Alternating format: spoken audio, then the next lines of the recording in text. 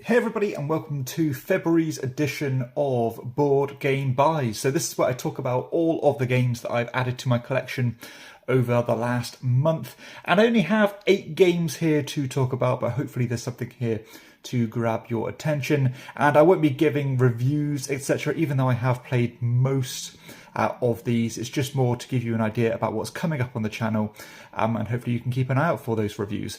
But before I get started on the games, I want to give a shout out to the show sponsor, kienda.co.uk, who are my go-to online retailer. And if you use the link in the show notes or the QR code, then you can get 5% off your first order.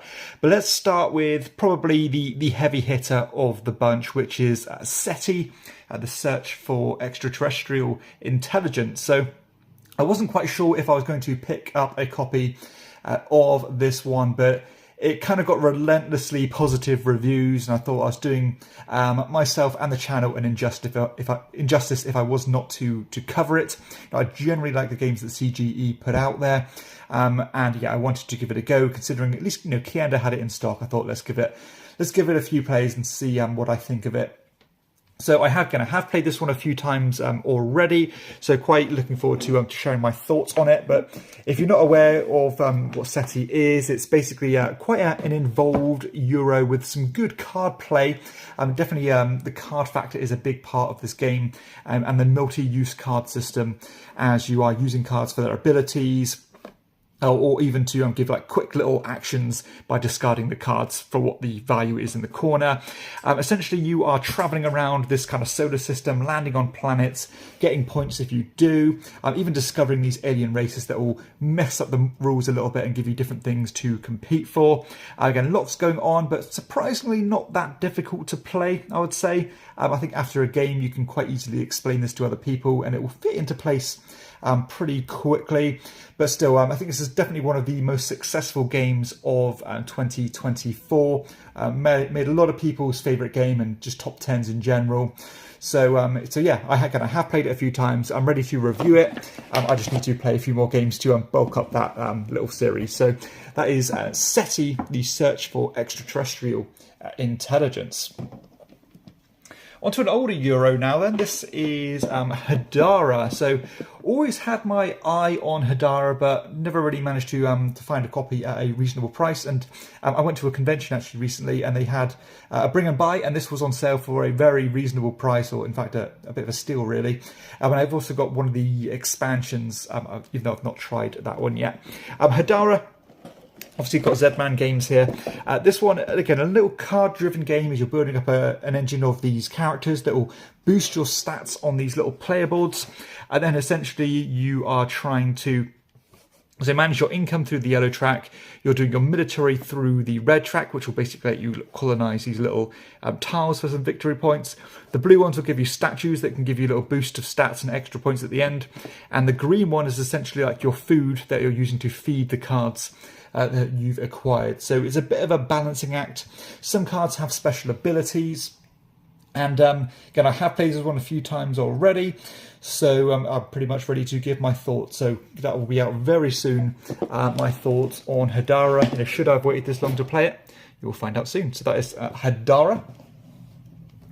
Another more recent game is A Message from the Stars. So only played this one the one time so far. This is like a cooperative deduction game, as you are trying to work out which letters are worth points, negative points, or called amplifiers, which will double the points.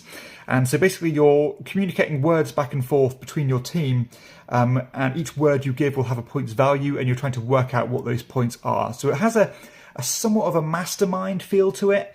And there's even like layers of logical deduction within that framework, because like some letters have different colors, and then only certain colors appear a certain amount of times.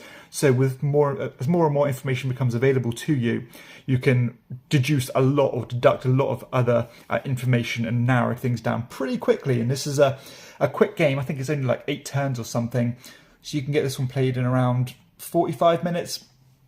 But the deduction does come through really strongly. So I'll leave it at that. I do need to play this one some more before I solidify my thoughts. But it's a clean design at least. So that is A Message from the Stars. A couple of fillers now. Tempura is one of those, an awful game name. This is like a little shedding style game. You're shedding cards from your hand, but you're trying to kind of stay in the round, because if you end up picking up cards to restock your hand, then you have to go diving into this pile of discard, or diving into the deck. And if you draw one of these little indigestion cards, then you'll lose the round essentially. So it's a balancing act of trying to keep your hand stocked up so that you can stay in the round, but not draw too many cards so you don't draw one of those indigestion cards. Hit. Also known as No Mercy. This is Hit Extreme, which I think adds in some more kind of special rules and special powers. Again, I wanted to try this game for quite a while. It is a Knizia Push Your Luck game, and generally he's the king of that genre. So yeah, finally got this one played, and yeah, I'll share my thoughts soon. Basically, the only real difference between this and a lot of other Push Your Luck games is that some of the cards have special powers, and you don't really bank the cards in front of you for points until it's your turn again the turn after. So you kind of have your turn, and if the cards that you've played are still in front of you by your next turn, then you'll get to bank them as points. Druid is another one that was very kindly sent to me.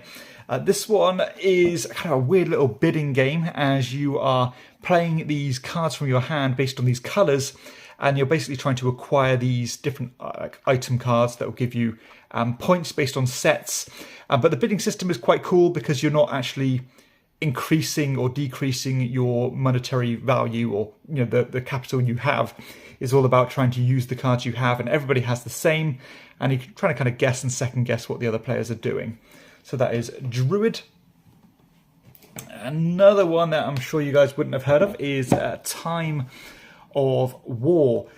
So this is a kind of a negotiation auction game, quite strange. It has this kind of a very, very minimalist art style, and this is definitely a homemade product, definitely self-published, which I think is always cool.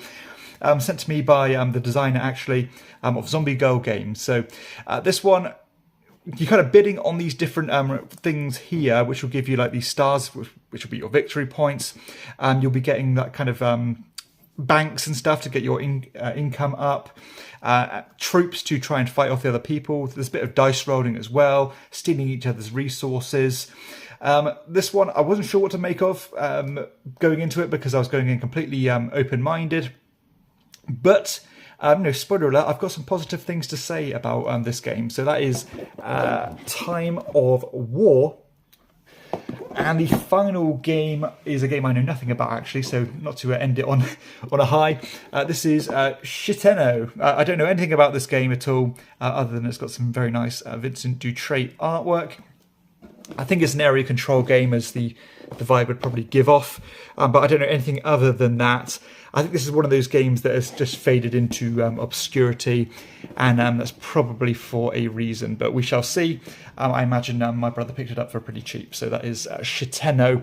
Let me know if you've played that one, because I'd like to hear your thoughts. And that's it, really. That's all of the games that I have picked up. So some pretty wacky games here. Old games, kind of forgotten about games, self-published games, Knizia classics, and so on, little card games, and even some Euros such as SETI and Hedara. So hopefully you've enjoyed the video. If you have, please be sure to hit like and subscribe to the channel, and check out my other content too. But for everybody else, I'll see you next time on Chairman of the Board. Bye bye.